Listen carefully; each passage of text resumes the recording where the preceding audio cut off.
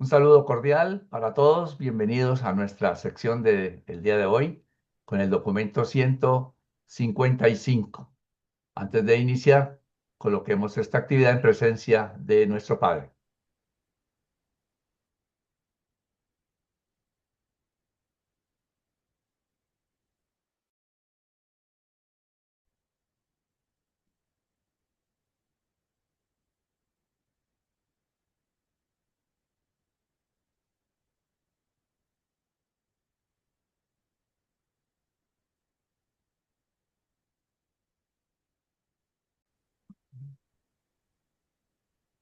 La huida por la Galilea del norte. Poco después de echar ancla cerca de Queresa, en este memorable domingo, Jesús y los 24 anduvieron un tramo hacia el norte, donde pasaron la noche en un hermoso parque al sur de Bethsaida Julias. Conocían este sitio para acampar, habiéndose detenido allí en el pasado. Antes de retirarse por la noche, el maestro convocó a su alrededor a sus seguidores y habló con ellos de los planes para la gira proyectada a través de Batanea y el norte de Galilea hasta la costa fenicia. Recordemos que ellos venían de salir apresurados de allá de Capernaum y entonces llegaron a este parquecito y ahí pasaron la noche. Primero, ¿por qué se amotinan los paganos? Dijo Jesús, todos vosotros deberíais recordar cómo habló el salmista sobre estos tiempos, diciendo, y aquí Jesús va a citar el Salmo número 2. ¿Por qué se amotinan los paganos y los pueblos conspiran en vano? Se levantarán los reyes de la tierra y los príncipes de los pueblos consultarán unidos contra el Señor y contra su ungido, diciendo, rompamos las cadenas de la misericordia y echemos de nosotros las cuerdas del amor. Hoy veis cumplirse todo esto ante vuestros ojos, pero no veréis cumplido el resto de la profecía del salmista, porque él tenía ideas erróneas sobre el Hijo del Hombre y su misión en la tierra. Mi reino está fundado en el amor, proclamado en la misericordia y establecido mediante el servicio generoso. Mi Padre no está sentado en el cielo riéndose y burlándose de los paganos. No está lleno de furor en su gran desagrado. ¿Por qué Jesús dice esto? Porque el resto del Salmo dice estas cosas. Es verdad la promesa de que el Hijo heredará a los así llamados paganos, en realidad sus hermanos ignorantes y que no han recibido enseñanza. Yo recibiré a estos gentiles con los brazos abiertos, con misericordia y afecto.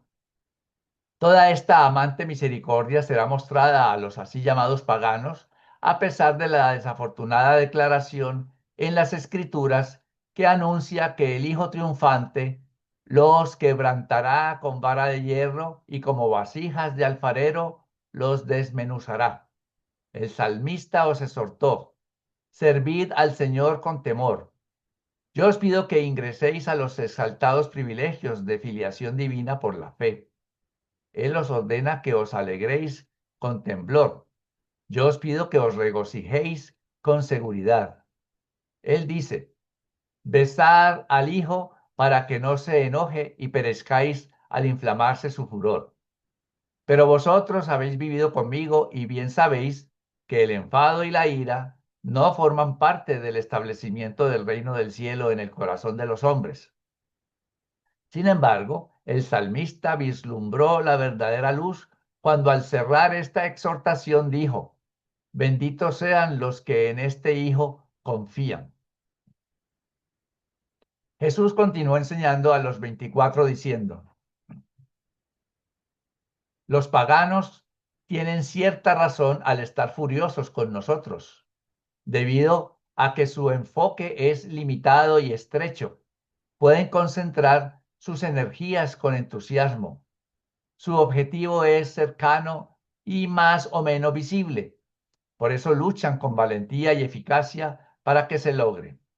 Vosotros que habéis profesado entrar al reino del cielo, sois demasiado vacilantes e imprecisos en vuestra conducta de la enseñanza. Los paganos atacan directamente por sus objetivos. Vosotros sois culpables de añoranza excesiva y crónica. Si deseáis entrar al reino, ¿por qué no lo tomáis con un asalto espiritual, así como los paganos toman una ciudad sitiada? Casi no sois merecedores del reino si vuestro servicio consiste en tan gran parte de una actitud de deplorar del pasado, lamento por el presente y vana esperanza por el futuro. ¿Por qué rabian los paganos? Porque no conocen la verdad. ¿Por qué vosotros languidecéis en fútiles añoranzas? Porque no obedecéis la verdad. Dejad vuestras añoranzas inútiles y adelantaos valientemente haciendo lo que corresponde al establecimiento del reino. En todo lo que hagáis, no os volváis dogmáticos y super especializados. Los fariseos que buscan nuestra destrucción, de cierto piensan que están sirviendo a Dios. Tanto los ha limitado la tradición que están enceguecidos por el prejuicio y endurecidos por el terror. Considerad a los griegos que tienen una ciencia sin religión, mientras que los judíos tienen una religión sin ciencia.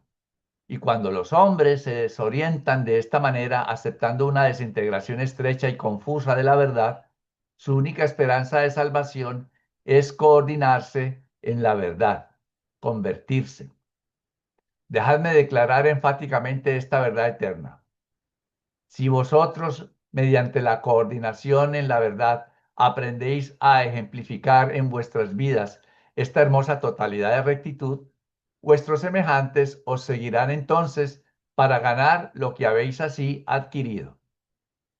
La medida en que atraéis a los buscadores de la verdad representa la medida de vuestra dotación de la verdad, vuestra rectitud. El esfuerzo que tengáis que hacer para llegar al pueblo con vuestro mensaje es, en cierto modo, la medida de vuestra deficiencia para vivir una vida plena o recta, la vida coordinada en la verdad. Muchas otras cosas el Maestro enseñó a sus apóstoles y los evangelistas, antes de que ellos le desearan las buenas noches y apoyaran la cabeza sobre la almohada. Vemos pues cómo este mensaje de Jesús fue bastante importante y necesario, porque ya sabemos de dónde venían, huyendo. Y antes de que se acostaran a dormir, pues esas palabras yo creo que cayeron como bálsamo, cayeron muy bien. Sí, Aníbal. Eh, Pues no sé qué salmo será este, pero en el documento 95 leímos que pues, las enseñanzas de Melquisedec en el Levante. Dice que, que fueron los misioneros de Salem del periodo siguiente al rechazo de la enseñanza pues, de Melquisedec, quienes escribieron muchos de estos salmos. Me imagino que ese salmo no es enseñanza de Melquisedec. Bueno, no sé. Recuerden que se enseña o se cree por tradición que básicamente todos los salmos, o la gran mayoría de ellos, fueron escritos por David. Pero ya sabemos, por lo que hemos leído en el libro de Urantia, que no fue así. Muchos salmos fueron inclusive escritos por personas egipcias y fueron traídos de allá. Entonces, aquí no sabemos quién escribiría el Salmo número 2, que es en el que se basó Jesús inicialmente, si fue David o quien sea, pero pues personalmente para mí no es de mucha importancia saber quién lo escribió, más bien lo importante es cómo hizo Jesús, que cogió lo bueno y dijo esto sí está bien y supo ver qué cosas no, porque él dice ahí que Dios se burlará y que Dios pues los perseguirá exterminará a todo el que lo mire mal, un rayo y centella para acabar con la persona. Pues sabemos que ese no es Dios. Entonces, cuando uno lea esas cosas en la Biblia, pues sí, páselas de largo, entren por los ojos y salgan por los oídos, pero que no se queden en su mente. Las cosas buenas, las cosas de amor, de servicio, como Dios nos mostró al Padre, pues esas sí las podemos valorar, como Él citó ahí una línea final, que dichoso o bendito todo el que confía en Dios, y eso está bien. El mismo Jesús lo dijo. Entonces, al leer los salmos tenemos que tener pues esa precaución, porque la gran mayoría de los salmos, yo hace unos meses los leí todos los 150 y noté algo que tal vez no había notado antes, y es que el que escribe el salmo está pidiendo protección y salvación para mí, para mí, para mí. Nunca habla, y mi pueblo, o mis hermanos, ¿no? De hermanos, mi prójimo. Esas expresiones no existían en esa época, yo creo. Las vino a introducir Jesús. Y a los enemigos, porque si no soy yo, los demás son mis enemigos, pestes, guerras, hambruna, persecuciones, termínalos. Y básicamente, y yo dije, no, no, los salmos no pueden resumirse en eso, en que todo bueno para mí y para los que no son como yo, pues fuego del cielo. Pero esa costumbre existía. Recordemos por ahí, no hemos leído tal vez esa parte, cuando los discípulos, dos de ellos se acercan a pedir que les caiga fuego, o yo creo que ya lo leímos, a los samaritanos que no los habían recibido muy bien, manda, quémale las patas, porque no nos atendieron como nos debían de atender. Pues esas eran las costumbres y las aprendían de allí mismo, de los salmos que leían. Pensaban que Dios actuaba de esa manera. Y lo triste es que todavía hay mucha gente, yo conozco algunas, que todavía piensan así, tienen esa misma idea. Cualquier cosa que pasa mala, castigo de Dios. Esto, castigo de Dios. Ven a Dios como que solamente sirve para castigar, no sirve para nada más, solo para estar castigando. Y pues yo entiendo pues que ya debemos ir cambiando esa idea. Así que entonces vamos a ver qué más les dijo Jesús. Así que continuamos ahora con Luis. 2. Los evangelistas en Corazín. El lunes 23 de mayo por la mañana Jesús ordenó a Pedro que fuera a Corazín con los 12 evangelistas, mientras él con los 11 partía hacia Cesarea de Filipo. Ahí tienen un mapa más o menos para que ubiquen. Corazín está más cerca del lago y Cesarea de Filipo está hacia el norte, ya en la frontera de Israel, con lo que va a ser el Líbano y eso. Por, partía hacia Cesarea de Filipo por la vía del Jordán hasta la carretera de Damasco, Cafarnaúm. De allí al noreste hasta la unión con la carretera a la ciudad de Cesarea de Filipo, en donde permanecieron y enseñaron por 2 semanas. Llegaron por la tarde del martes 24 de mayo. Pedro y los evangelistas permanecieron en Corazín durante 2 semanas, predicando el evangelio del reino a un grupo pequeño, pero sincero de creyentes. Pero no pudieron ganar muchos conversos nuevos. Ninguna ciudad de Galilea entregó al reino tan pocas almas como Corazín. De acuerdo con las instrucciones de Pedro, los 12 evangelistas poco dijeron sobre curaciones, las cosas físicas, mientras predicaban y enseñaban con vigor, aumentado las verdades, aumentado las verdades espirituales del reino celestial. Estas 2 semanas en Corazín constituyeron un verdadero bautismo de adversidades para los 12 evangelistas, porque fue el periodo más difícil y menos productivo de su carrera hasta ese momento, sintiéndose así privados de la satisfacción de ganar almas para el reino. Cada uno de ellos evaluó más honesta y sinceramente su propia alma y su progreso en los caminos espirituales de la nueva vida. Cuando se hizo evidente que no había más gente que deseara entrar al reino el martes 7 de junio, Pedro reunió a sus asociados y partió para Cesarea de Filipo para reunirse con Jesús y los apóstoles.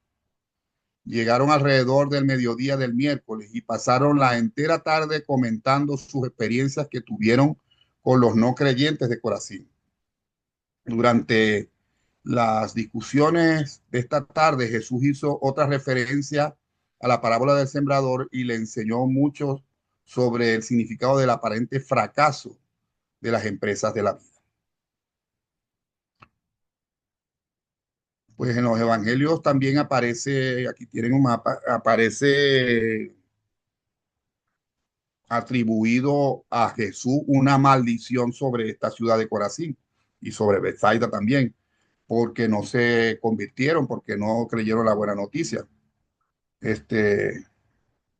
Por supuesto, no fue Jesús el que la maldijo, ¿no? En los evangelios se ve esto que decía Carlos ahora, era la costumbre, pues cuando, y todavía hoy, ¿no? Es muy difícil tú poder amar a alguien que va en contra tuya, que te desprecia, que tú vas con a lo mejor con una buena intención y lo tomas de otra manera. Es muy difícil a tolerar ese tipo de personas. Y entonces le atribuyen a Jesús que él maldijo esas ciudades. Y de hecho, esas ciudades hasta el sol de hoy siguen en ruinas. ¿Okay? Precisamente por eso, porque fueron de las ciudades que quizás más predicación tuvieron y menos conversión hubo. Bueno, si quiere alguien agregar algo antes de pasar, si no, continuamos entonces.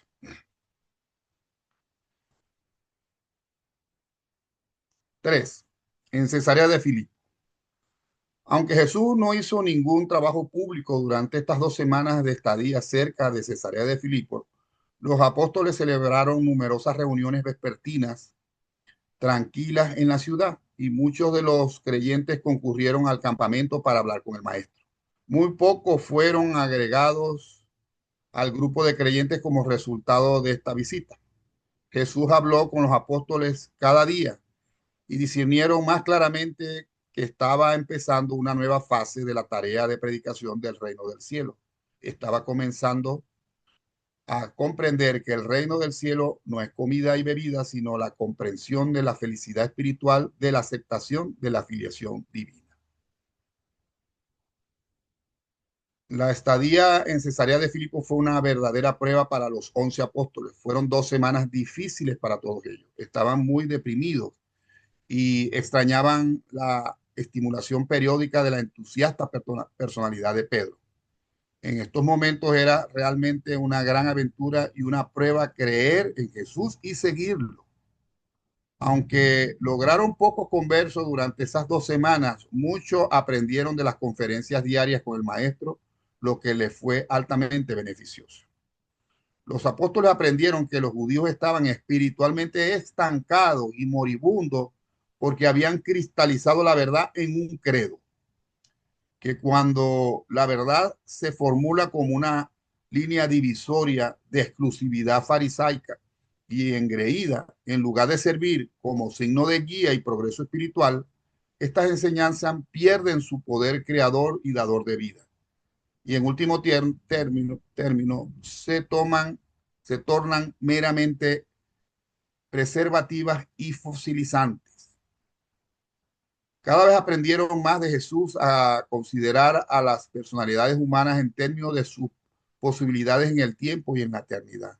Aprendieron que muchas almas pueden ser conducidas mejor a amar al Dios invisible si se les enseña primero a amar a sus hermanos, a quienes pueden ver. Y fue en relación con esto que se asignó un nuevo significado a la declaración del maestro sobre el servicio desprendido a los semejantes. Lo que hiciste por uno de los más humildes de mis hermanos, lo hiciste por mí.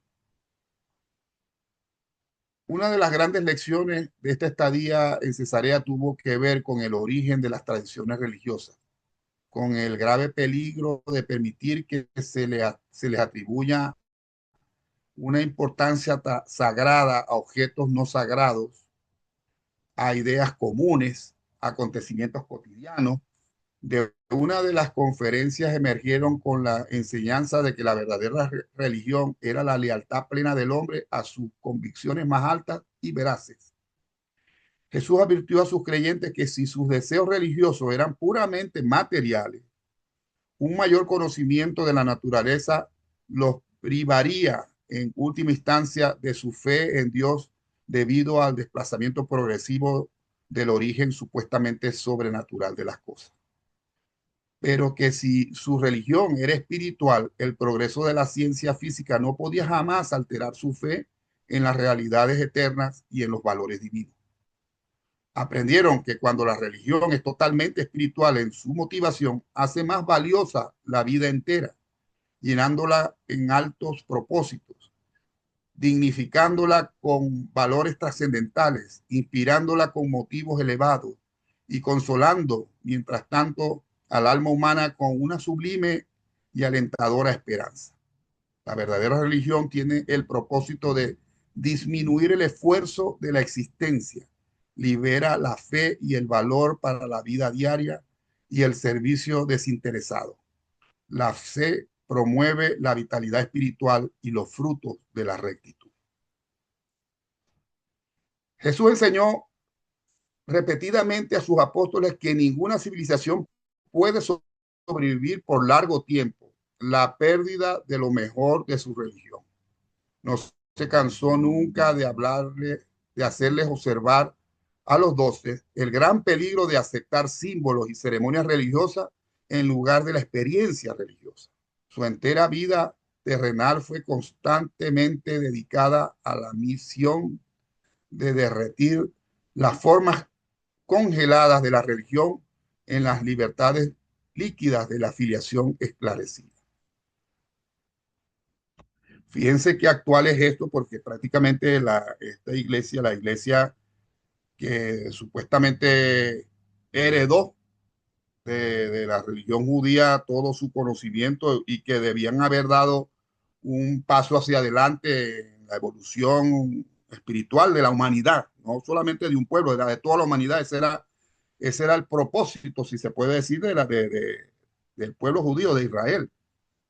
Y fíjense que sus herederos que viene a ser la iglesia, todas las iglesias cristianas, son exactamente una réplica de lo mismo que vivieron y que estaban en la época de Jesucristo. O sea que prácticamente no hemos avanzado mucho a nivel espiritual en 2000 años. Seguimos estancados en dogmas, en ceremonias, creemos en objetos sagrados, en lugares sagrados, en personas sagradas, en libros sagrados. Y, y, y eso, como pasó con Jesús y su predicación, eso impide que la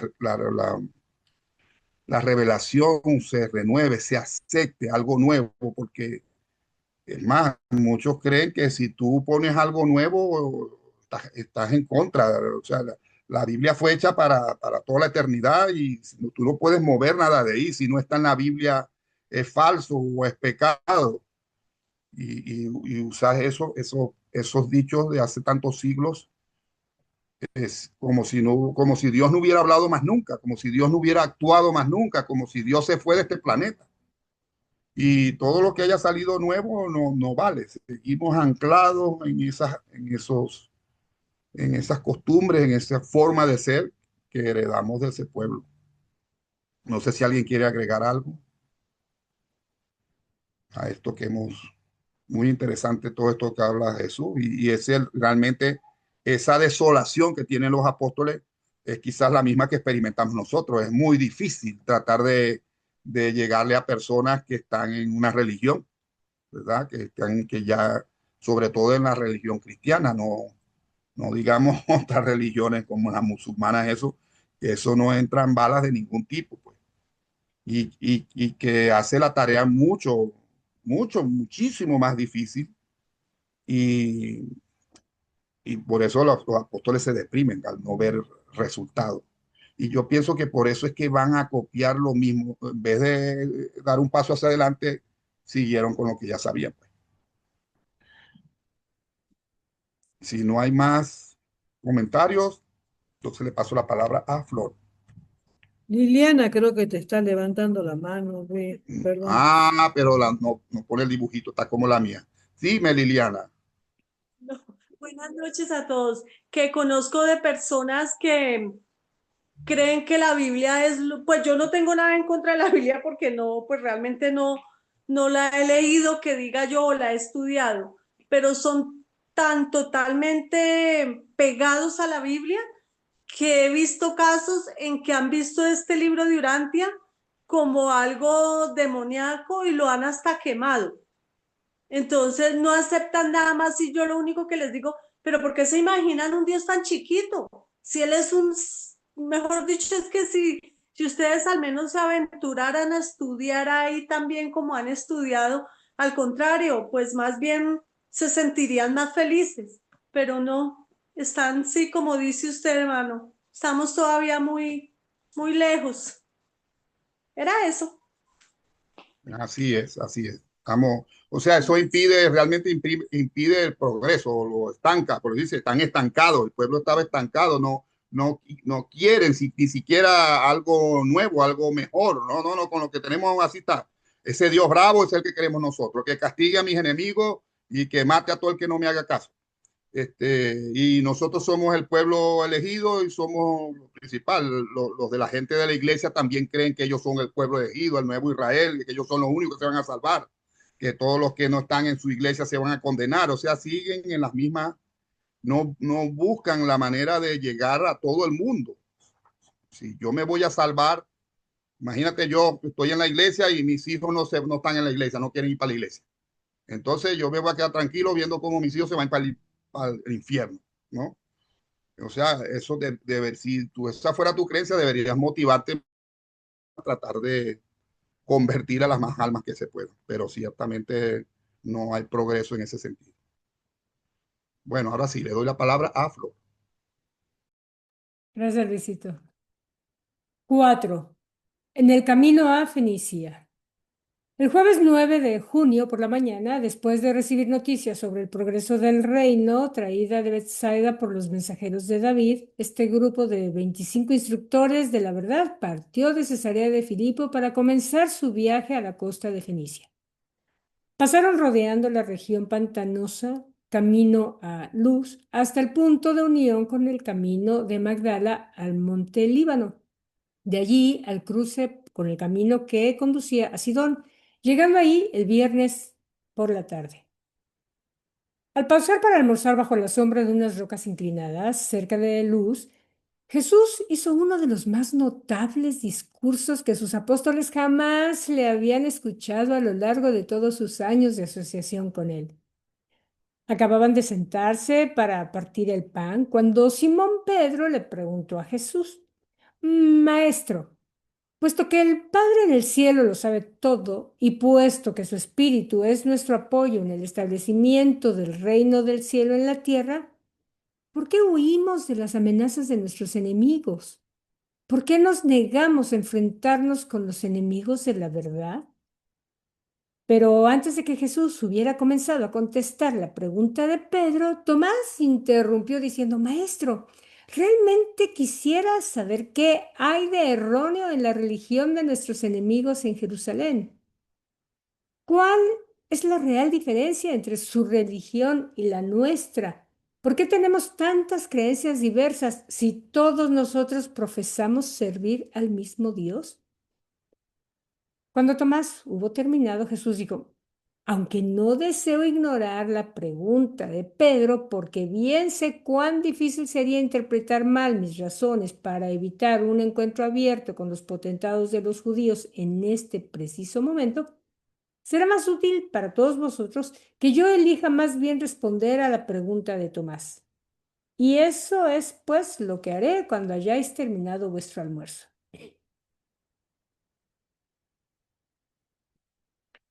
Es interesante, o sea, poco a poco vamos viendo cómo este documento nos va llevando hacia clarificar o hacia aclarar lo que Jesús decía o lo que Jesús quería expresar con respecto a las diferencias que ahorita un poquito más después vamos a ver, porque lo tratan de una manera muy interesante en este documento. ¿Alguna pregunta? Bueno, en realidad aquí no hay mucho que preguntar respecto a esto que acabamos de leer. Le voy a pasar la palabra a Carlitos para que continúe y luego seguimos conversando. Gracias, Flor.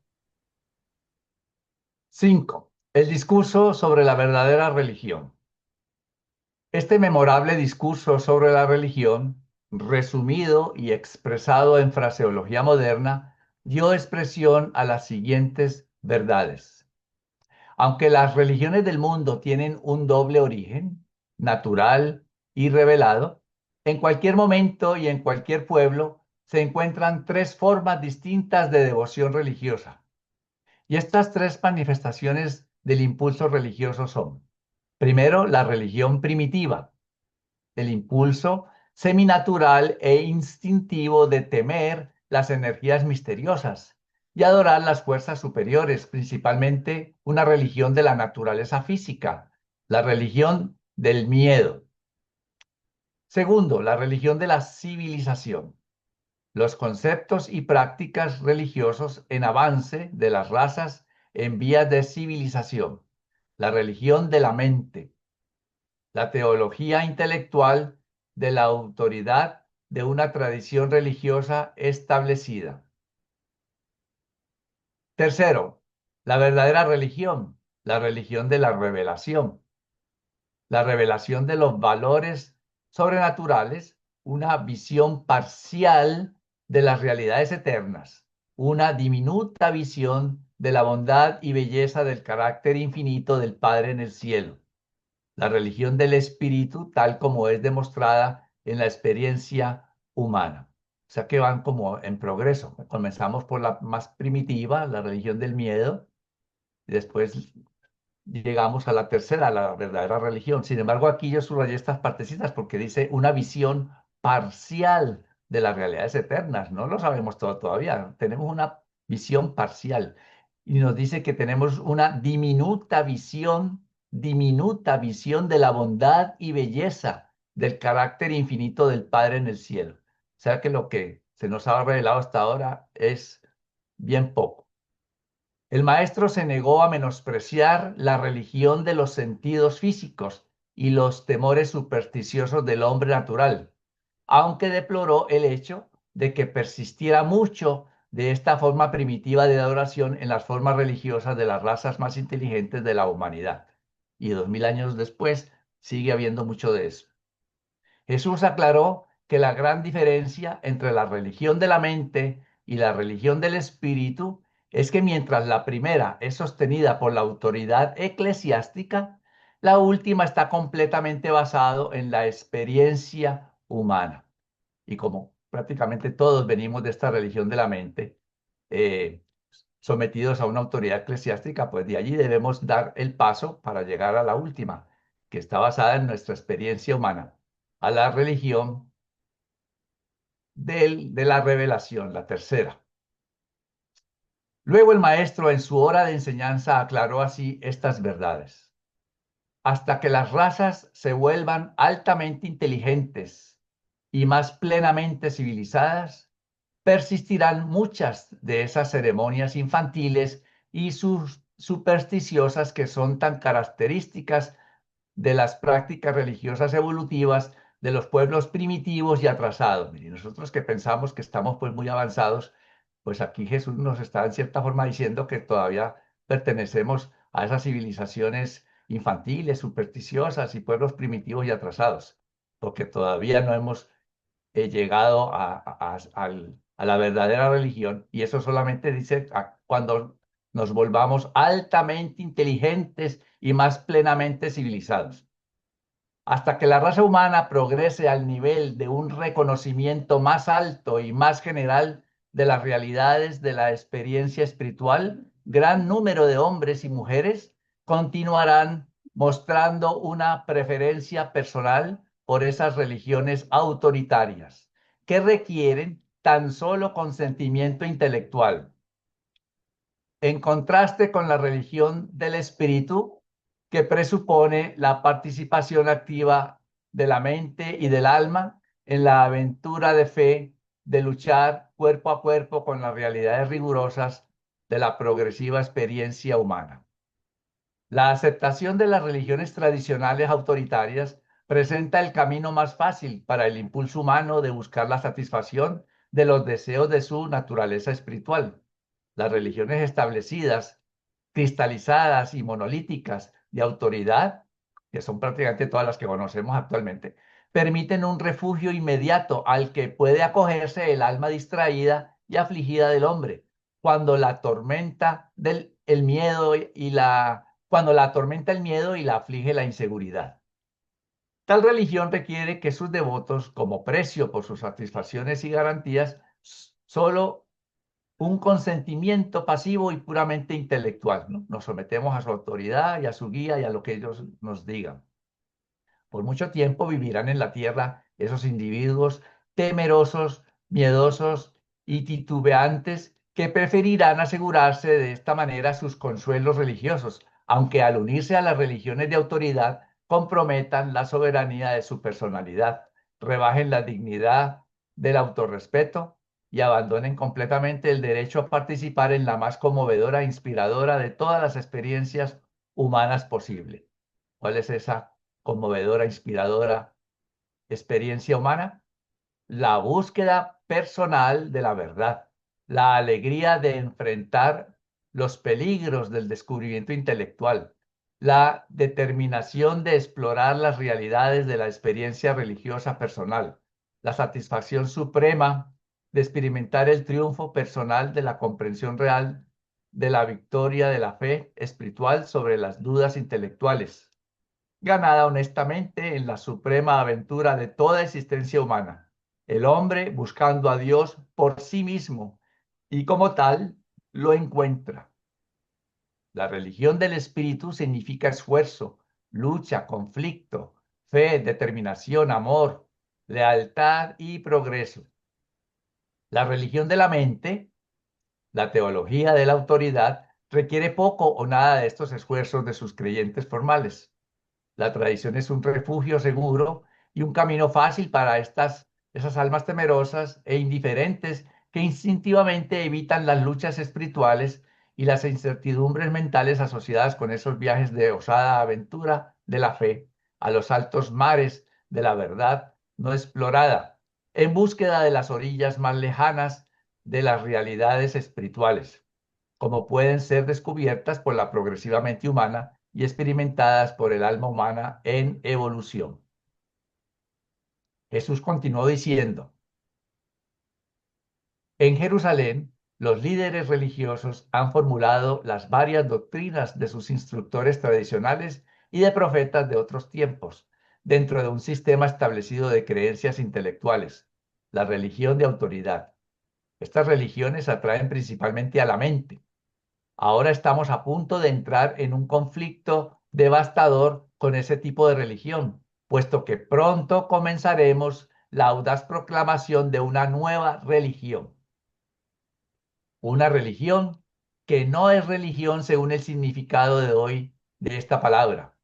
Una religión que apela principalmente al Espíritu Divino de mi Padre que reside en la mente del hombre.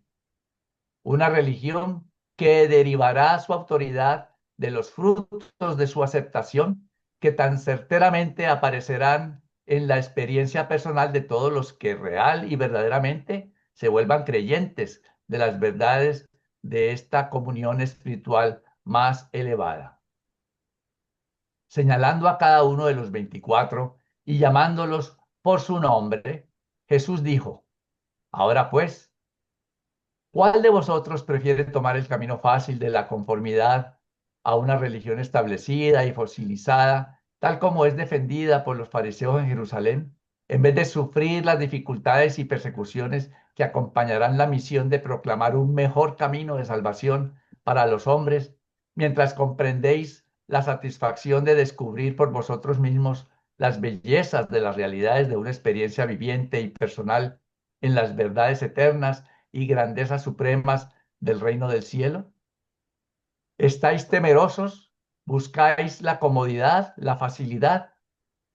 ¿Tenéis miedo de confiar vuestro futuro en las manos del Dios de la verdad, cuyos hijos sois vosotros? ¿Acaso no confiáis en el Padre, cuyos hijos sois vosotros? Mire que les repite: hijos sois vosotros. Recalca esa parte. ¿Volveréis al fácil camino de la seguridad y de la quietud intelectual de la religión de autoridad tradicional, o bien os prepararéis para adelantaros conmigo en el incierto y atribulado futuro de proclamar las nuevas verdades de la religión del Espíritu, el reino del cielo en el corazón de los hombres? Varias preguntas ahí les hizo Jesús. Todos los 24 oyentes se pusieron de pie para anunciar su respuesta unida y leal a uno de los pocos llamados emotivos que Jesús jamás les hiciera. Pero él levantó la mano y los detuvo diciendo: apartaos ahora por vuestra cuenta, cada hombre a solas con el Padre, y encontrad allí la respuesta no emotiva a mi pregunta. Y habiendo encontrado esa actitud verdadera y sincera del alma, enunciad esa respuesta libre y audazmente a mi Padre y vuestro Padre, cuya infinita vida de amor es el espíritu mismo de la religión que proclamamos. Los evangelistas y apóstoles se apartaron por su cuenta durante un corto periodo. Su espíritu estaba elevado, su mente inspirada y sus emociones poderosamente sacudidas por las palabras de Jesús. Pero cuando Andrés los reunió, el maestro tan solo dijo: reanudemos pues nuestro viaje, vamos a Fenicia para pasar una temporada. Y todos vosotros debéis orar al Padre para que transforme vuestras emociones de mente y cuerpo en las más elevadas lealtades de mente y más satisfactorias experiencias del Espíritu. Al reanudar su viaje por el camino, los 24 estaban callados, pero finalmente comenzaron a hablarse unos a otros, y a las 3 de esa tarde ya no podían seguir caminando, se detuvieron. Y Pedro, acercándose a Jesús, dijo: Maestro, tú nos has hablado palabras de vida y de verdad. Quisiéramos oír más. Te imploramos que nos hables más sobre estos asuntos. Pedro, en nombre de todos, pues manifestó a Jesús ese deseo de que querían seguir escuchando, querían más. Y realmente yo creo que así nos pasa cuando uno empieza a escuchar mensajes positivos, uno quiere seguir escuchando, y más si la persona sabe expresarlo, sabe hablarlo.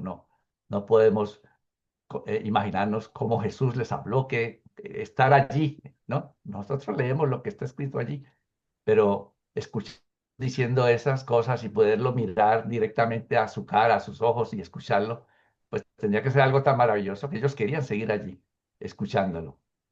Sí, Aníbal. Sí, creo que la respuesta a Pedro, Jesús se la mencionó en esta respuesta tan grande a la segunda pregunta.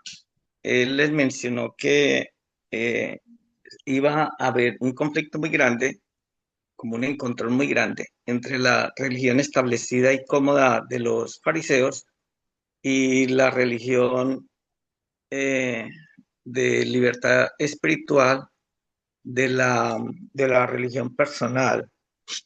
Creo que ese era el conflicto del que él hablaba y como que no quería que hubiera esa lucha abiertamente.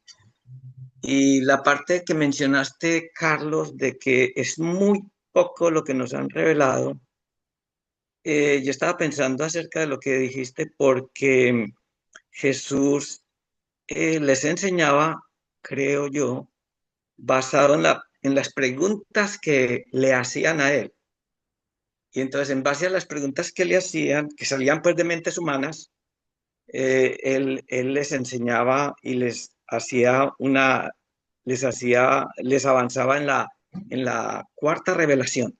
En la quinta revelación ocurrió algo como parecido, basados en las preguntas de William Sadler y de Lina Sadler y de todos los demás grupos de la Comisión de Contacto, basados en esas preguntas es que surgieron los documentos.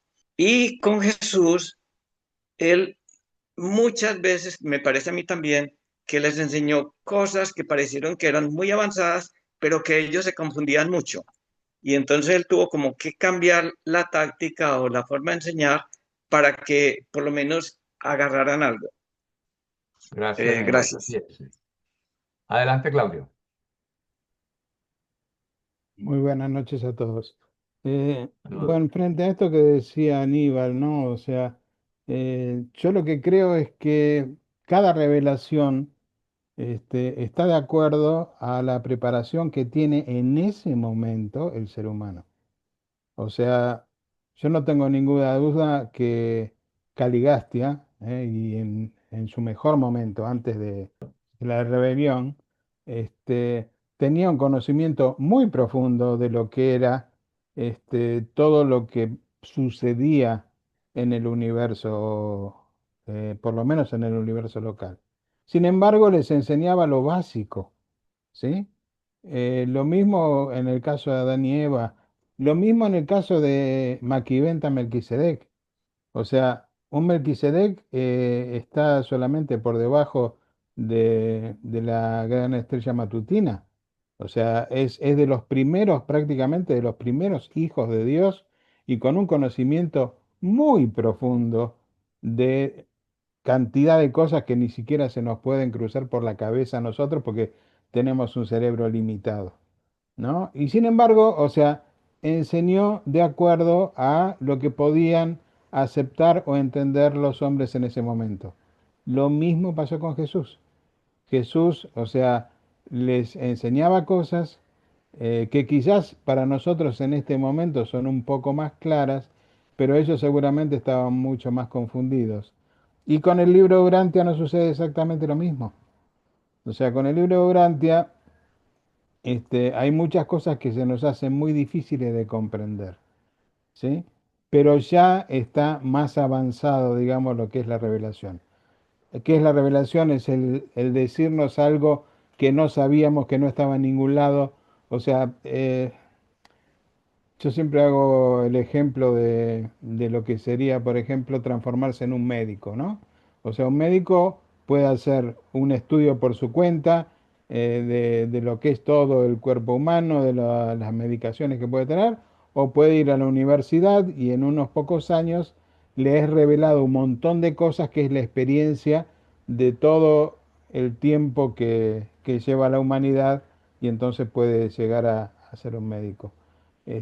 La revelación ahora, la que estamos nosotros viviendo, este, si bien hay muchas cosas que comprendemos, hay muchas cosas que todavía no comprendemos. Y seguramente la próxima va a estar para gente que va a estar mucho más preparada que nosotros para poderla recibir. Entonces, o sea, hay una cosa que en general eh, los seres divinos tienen muy claro. No se puede hacer las cosas a las apuradas. Todo tiene que tener, digamos, un transcurso de maduración para poder entonces, o sea, llegar al final. No, entonces, o sea, no podemos, o sea, imaginemos que quizás viene alguien y nos enseña cómo tener un arma de destrucción masiva, ¿sí? Y entonces, ¿qué es lo que va a pasar? No vamos a matar entre todos, porque no tenemos la madurez como para poderla utilizar, ¿sí? Entonces, o sea, lo que Dios nos va dando entonces es de a poco, es de acuerdo a nuestro tiempo y bueno, la próxima revelación seguramente va a ser mucho más profunda porque el conocimiento de la humanidad va a ser mucho mejor de lo que en este momento tenemos nosotros. Gracias y disculpen que quizás me alargué. No, gracias, Claudio. Sí, Aníbal. En cuanto a estos problemas de la poca capacidad mental que nosotros tenemos, porque el cerebro es como no muy poderoso, yo estuve pensando en estos días que los grupos de estudio son importantísimos. Cuando un grupo, cuando alguien lee, por ejemplo, un libro y lo tiene en la mano y lo lee, casi que todo el cerebro completo está en función de entender lo que dice el libro. Es distinto a cuando se lee algo de un celular, por ejemplo. Ahora, si hay un grupo, ocurre otra cosa todavía mucho más grande, y es que las deficiencias que yo tengo para entender, otro me las aclara a mí. o otra persona me hace ver a mí, mirar las cosas desde otra perspectiva, y entonces allí, así de esa manera, yo como subsano eh, deficiencias de comprensión que yo tengo. Para mí entonces los grupos de estudio son muy, muy, muy importantes, porque nos ayuda a progresar y a entender entre todos juntos esta revelación que puede ser complicada y difícil. Así es, Gracias. sí, Aníbal, sí, así es. Tal vez el único peligro, entre comillas, que yo le veo a los grupos de estudio es el que en el grupo surja alguien como la máxima autoridad y quien tiene la última palabra. Y que entonces la respuesta de esa persona, esa es la que tiene valor. Y todos los demás, pues, que dijeron algo diferente, pues no, porque es mi palabra, yo soy el que dirijo aquí y mando. Entonces, allí, si un grupo llega a llegar a ese nivel, pues para mí yo lo veo como un peligro, porque entonces mm, somos de tendencia perezosa y preferimos que otro más bien nos diga. Yo veo mucho por por Facebook personas que preguntan, ¿qué dice el libro Durante con relación a no sé qué? A mí a veces me dan ganas de contestar, compre el libro y léalo, porque es que es muy fácil, pues, preguntarle a los demás. Los demás lean interpreten y explíquenme, y yo creo como me dijeron. Y entonces no está haciendo uno su labor personal. Ese es el único peligro que yo le veo a cuando uno estudia en grupo, cuando alguien se surge, pues, como el que tiene la verdad y la explicación correcta. Por lo demás, no, reunirnos para leer es mucho, mucho mejor, claro, claro, como estamos haciendo aquí. Uno opina de una manera, otro opina de otra y aquí no, por lo menos en este grupo, no hay nadie que tenga la última palabra. Todos opinamos y pensamos diferente a veces. Tenemos nuestra opinión. Bueno, pero entonces para continuar, vamos ahora con Flor. Gracias, Carlitos. Bien. 6. El segundo discurso sobre la religión. Así pues, mientras pausaban a la sombra de la colina, Jesús continuó enseñándoles sobre la religión del Espíritu, diciendo en esencia, habéis salido de entre aquellos de vuestros semejantes que se quedan satisfechos con una religión de la mente, ansían la seguridad y prefieren el conformismo. Habéis elegido cambiar vuestros sentimientos de seguridad autoritaria por la seguridad del espíritu de una fe aventurera y en progreso. Habéis osado protestar contra la esclavitud abrumadora de la religión institucional y rechazar la autoridad de las tradiciones registradas que ahora se consideran la palabra de Dios. Nuestro Padre, en efecto, habló a través de Moisés, Elías, Isaías, Amós y Oseas, pero no cesó de ministrar palabras de verdad al mundo cuando estos profetas de la antigua edad dejaron de pronunciarlas. Mi Padre no hace acepción de razas ni de generaciones, no vierte la palabra de la verdad sobre una era y se niega a concederla a otra. No cometáis la locura de llamar divino a lo que es completamente humano, y no dejéis de discernir palabras de verdad que no vienen a través de los oráculos tradicionales de la supuesta inspiración.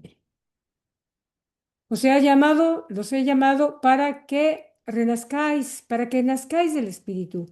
Os he llamado de las tinieblas de la autoridad y de la letargia de la tradición a la luz trascendental de la comprensión de la posibilidad de hacer por vosotros mismos el más grande descubrimiento posible para el alma humana, la excelsa experiencia de encontrar a Dios por vosotros mismos, en vosotros mismos y de vosotros mismos, y de hacer todo esto como un hecho de vuestra experiencia personal.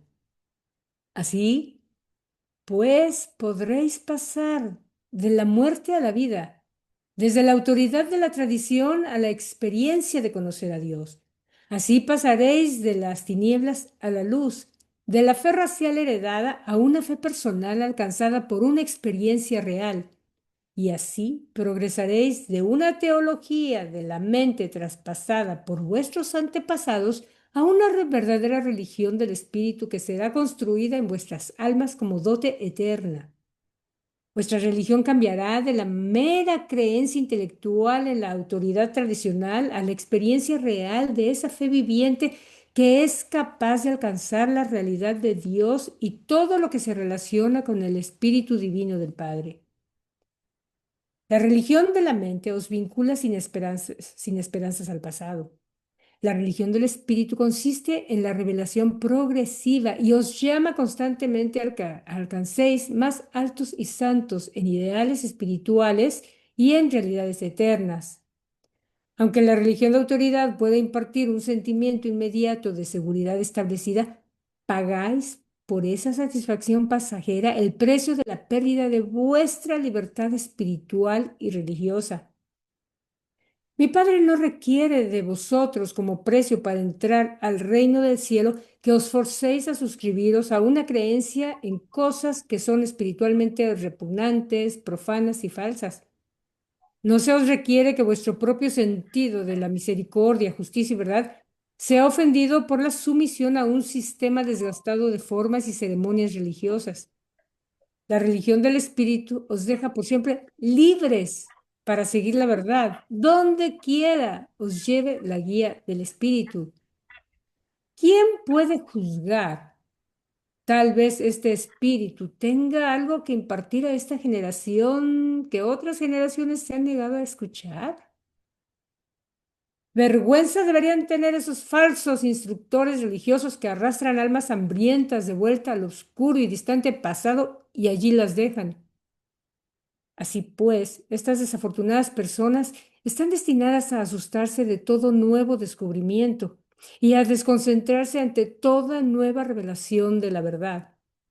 El profeta que dijo, aquel cuyo pensamiento persevera en Dios será conservado en perfecta paz, no era un simple creyente intelectual en la teología autoritaria. Este ser humano, conocedor de la verdad, había descubierto a Dios, no estaba meramente hablando sobre Dios. Os advierto que abandonéis la práctica de citar constantemente a los profetas del pasado y de alabar a los héroes de Israel. Aspirad más bien a tornaros profetas vivientes del Altísimo y héroes espirituales del reino venidero. Honrar a los antiguos líderes conocedores de Dios indudablemente puede ser algo que vale la pena, pero ¿por qué? Al hacerlo debéis sacrificar la experiencia suprema de la existencia humana, encontrar a Dios por vosotros mismos y conocerle en vuestra propia alma. Cada raza de la humanidad tiene su propio enfoque mental sobre la existencia humana. Por consiguiente, la religión de la mente siempre debe ser fiel a estos varios puntos de vista raciales. Las religiones de autoridad no pueden jamás llegar a la unificación. La unidad humana y la hermandad de los mortales pueden ser alcanzadas tan solo por la superdotación de la religión del espíritu y a través de esta.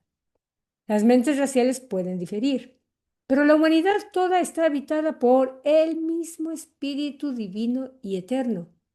La esperanza de la fraternidad humana solo puede realizarse cuando y a medida que estas divergentes religiones de autoridad se vean impregnadas y eclipsadas por la religión unificadora y ennoblecida del espíritu, la religión de la experiencia espiritual personal. Las religiones de autoridad tan solo pueden dividir a los hombres y ponerlos en orden de batalla consciente los unos contra los otros. La religión del espíritu atraerá progresivamente a hombres unos a los otros y hará que se tornen compasivamente comprensivos los unos de los otros. Las religiones de autoridad requieren de los hombres una uniformidad de creencia, pero esto es imposible de lograr en el presente estado del mundo. La religión del espíritu requiere tan solo unidad de experiencia, uniformidad de destino, permitiendo la plena diversidad de la creencia. La religión del espíritu requiere solamente uniformidad de discernimiento, no uniformidad de punto de vista ni de opinión. La religión del espíritu no exige uniformidad de puntos de vista intelectuales. tan solo unidad de sentimientos espirituales. Las religiones de autoridad se cristalizan en credos sin vida. La religión del espíritu crece en el regocijo y libertad en aumento en las acciones ennoblecedoras de servicio amante y ministración misericordiosa. Pero cuidaos de considerar con desdén a los hijos de Abraham, porque hayan caído en estos malos tiempos de esterilidad tradicional. Nuestros antepasados se dedicaron de lleno a la búsqueda persistente y apasionada de Dios y lo encontraron como ninguna otra raza humana lo ha conocido desde los tiempos de Adán, quien mucho sabía de todo esto, puesto que él mismo era hijo de Dios. Mi padre no ha dejado de apreciar la larga e incansable lucha de Israel por encontrar a Dios y conocer a Dios desde los días de Moisés. Durante largas generaciones, los judíos no han dejado de trabajar, sudar, luchar, penar y soportar los sufrimientos y experimentar las pesadumbres de un pueblo despreciado y mal comprendido. Todo ello para acercarse un poco más al descubrimiento de la verdad sobre Dios. A pesar de todos los fracasos y errores de Israel, nuestros antepasados, desde Moisés hasta los tiempos de Amós y Oseas, revelaron cada vez más para todo el mundo una imagen cada vez más clara y verdadera del Dios eterno. Así pues, fue preparado el camino para la revelación aún más grande del Padre que vosotros habéis sido llamados a compartir. No olvidéis jamás que hay tan solo una aventura que es más satisfactoria y emocionante que el intento de descubrir la voluntad del Dios vivo, y esa es la experiencia suprema de tratar honestamente de hacer la voluntad divina. No dejéis de recordar que la voluntad de Dios puede cumplirse en cualquier ocupación terrenal. No hay unas vocaciones que sean santas y otras que sean seculares. Todas las cosas son sagradas en la vida de los que son conducidos por el Espíritu, o sea, subordinados a la verdad, ennoblecidos por el amor, dominados por la misericordia y controlados por la ecuanimidad, la justicia. El Espíritu de mi Padre y yo enviaremos al mundo no solamente el Espíritu de la verdad, sino también el Espíritu de la belleza idealista. Debéis dejar de buscar la palabra de Dios tan solo en las páginas de los viejos libros de la autoridad teológica. Los que han nacido del Espíritu de Dios de ahora en adelante discernirán la palabra de Dios, sea donde fuere que ésta parezca originarse. La verdad divina no debe ser desechada porque el canal de su transmisión sea aparentemente humano. Muchos de vuestros hermanos aceptan la teoría de Dios con la mente, pero espiritualmente no consiguen comprender la presencia de Dios. Esta es justamente la razón por la cual tan a menudo os he enseñado que el reino del cielo puede ser comprendido mejor si se adquiere la actitud espiritual de un niño sincero. No es la inmadurez mental del niño la que os recomiendo, sino más bien la simpleza espiritual de un pequeño que cree con facilidad y confía plenamente. No es tan importante que conozcáis el hecho de Dios, como que crezcáis cada vez más en la habilidad de sentir la presencia de Dios. Cuando empecéis a encontrar a Dios en vuestra alma, pronto comenzaréis a descubrirlo en el alma de los otros hombres y a su debido tiempo en todas las criaturas y creaciones de un poderoso universo. Pero, ¿qué oportunidad tiene el Padre de aparecer como un Dios de lealtades supremas e ideales divinos en el alma de los hombres que dedican poco o ningún tiempo a la contemplación reflexiva de estas realidades eternas? Aunque la mente no es el asiento de la naturaleza espiritual, es, por cierto, la compuerta. Pero no cometáis el error de tratar de probarle a todos los hombres que habéis encontrado a Dios. No podéis producir conscientemente tal prueba válida, aunque existen dos demostraciones positivas y poderosas del hecho de que conocéis a Dios. Estas son, uno, los frutos del Espíritu de Dios que se muestran en vuestra vida rutinaria diaria. Dos, el hecho de que todo el plan de vuestra vida ofrece una prueba positiva de que habéis arriesgado sin reservas todo lo que sois y tenéis en la aventura de la supervivencia después de la muerte, en perseguir la esperanza de encontrar a Dios en la eternidad, cuya presencia habéis saboreado por anticipado en el tiempo. Ahora bien, no os equivoquéis. Mi Padre siempre responderá a la más débil llama de fe. Él presta atención a las emociones físicas y supersticiosas del hombre primitivo. Y con esas almas honestas pero temerosas, cuya fe es tan débil que no llega a ser mucho más que conformidad intelectual a una actitud pasiva de consentimiento a las religiones de autoridad, el Padre está siempre alerta para honrar y promover aún estos débiles intentos de llegar a Él. Pero vosotros, que habéis sido llamados de las tinieblas a la luz, debéis creer con todo vuestro corazón. Vuestra fe dominará las actitudes combinadas del cuerpo, mente y espíritu. Sois mis apóstoles, y para vosotros la religión no se volverá un refugio teológico al que podáis huir cuando temáis enfrentaros con las duras realidades del progreso espiritual y de la aventura idealista, sino más bien vuestra religión se tornará el hecho de la experiencia real que atestigua que Dios os ha encontrado, os ha idealizado, ennoblecido y espiritualizado, y que os habéis embarcado en la aventura eterna de encontrar a Dios, quien así os ha encontrado y os ha hecho sus hijos. Y cuando Jesús terminó de hablar, llamó a Andrés con un gesto y señalando hacia el oeste, hacia Fenicia, dijo, sigamos nuestro camino. Este hermoso documento que tiene mucho por o mucho para pensar fue leído el día de hoy por Carlitos García, Luisito Villamizar y Flor Robles.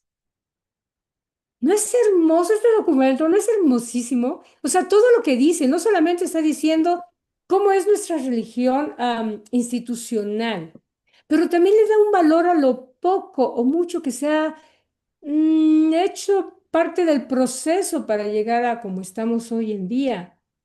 No desprecia nada, o sea, claro, marca las diferencias, marca lo que sí y lo que no, lo que va y lo que no va, pero aún así le da un cierto crédito a aquello que trascendió y nos aclara mucho, mucho. Yo creo que esta sección sobre todo es para darle muchas vueltas y entender lo que habla, por ejemplo, de unidad, no uniformidad, y sobre todo de religión como él la vino a expresar, que es la religión de la experiencia espiritual personal. Es hermoso. Adelante, Aníbal. Florecita, en lo Mm. que leíste, se me aclaró una contradicción bien grande que yo tenía en mi cabeza, y era que no es posible demostrar la existencia de Dios, excepto, y ahí está la excepción, la, que no la había entendido yo, porque la excepción es los frutos del Espíritu. Qué bonito. Gracias, Florecita. No, gracias a ti, que bueno, estás expresando algo tuyo. No, y lo de Gracias. los grupos de estudio. Los grupos de estudio para mí me han aclarado a mí muchas cosas. Por ejemplo, esta. Ujú. Bueno, en este caso, por ejemplo, es la lectura, ¿no? Pero el simple hecho de que somos personalidades diferentes, que captamos, interpretamos, discernimos diferente, definitivamente nos ayuda a todos, ¿no? A lograr una mejor idea, un mejor, pues, discernimiento también de lo que estamos buscando. Y si te pones a pensar, al final, los frutos del espíritu, o sea, con toda la complicación que ello implica, ¿no? ¿No al final es sentido común? O sea, si tú lo haces bien y bonito, ¿sabes qué? El resultado, sin querer, va a ser también provocar que todo alrededor sea bien y bonito, porque ese estímulo-respuesta es hermoso. Bien. Si no hay más inquietudes, sí, los invito, yo lo voy a hacer, ¿eh? Volver a repasar porque verdaderamente habla bello, bello de todo lo que es no solamente nuestra tradición, en todos los sentidos, sino además marca claramente a dónde ir, hacia dónde ir en nuestra experiencia personal. Bien, te paso la palabra a Carlitos. Gracias, gracias, Flor. Bien, pues entonces Mm, queremos desearles pues un resto de día y de semana muy feliz. También que tengan unas felices fiestas de fin de año con su familia, como debe ser, y que el 2026 sea muy feliz, muy próspero, lleno de bendiciones y de muchas cosas buenas de parte de nuestro Padre, cosas buenas que debemos compartir con nuestro semejante, con nuestro prójimo. Así que no siendo nada más por el momento, los despido hasta la próxima oportunidad. Que esté muy bien. Muchas Gracias. gracias. muchas gracias, un fuerte Muchas abrazo. gracias. Bendiciones para todos. Bendiciones. Bendiciones. Disculpen Bendiciones. saludarles, familia. Que haya Por aquí muchos estuvimos. frutos del Espíritu para el año 26.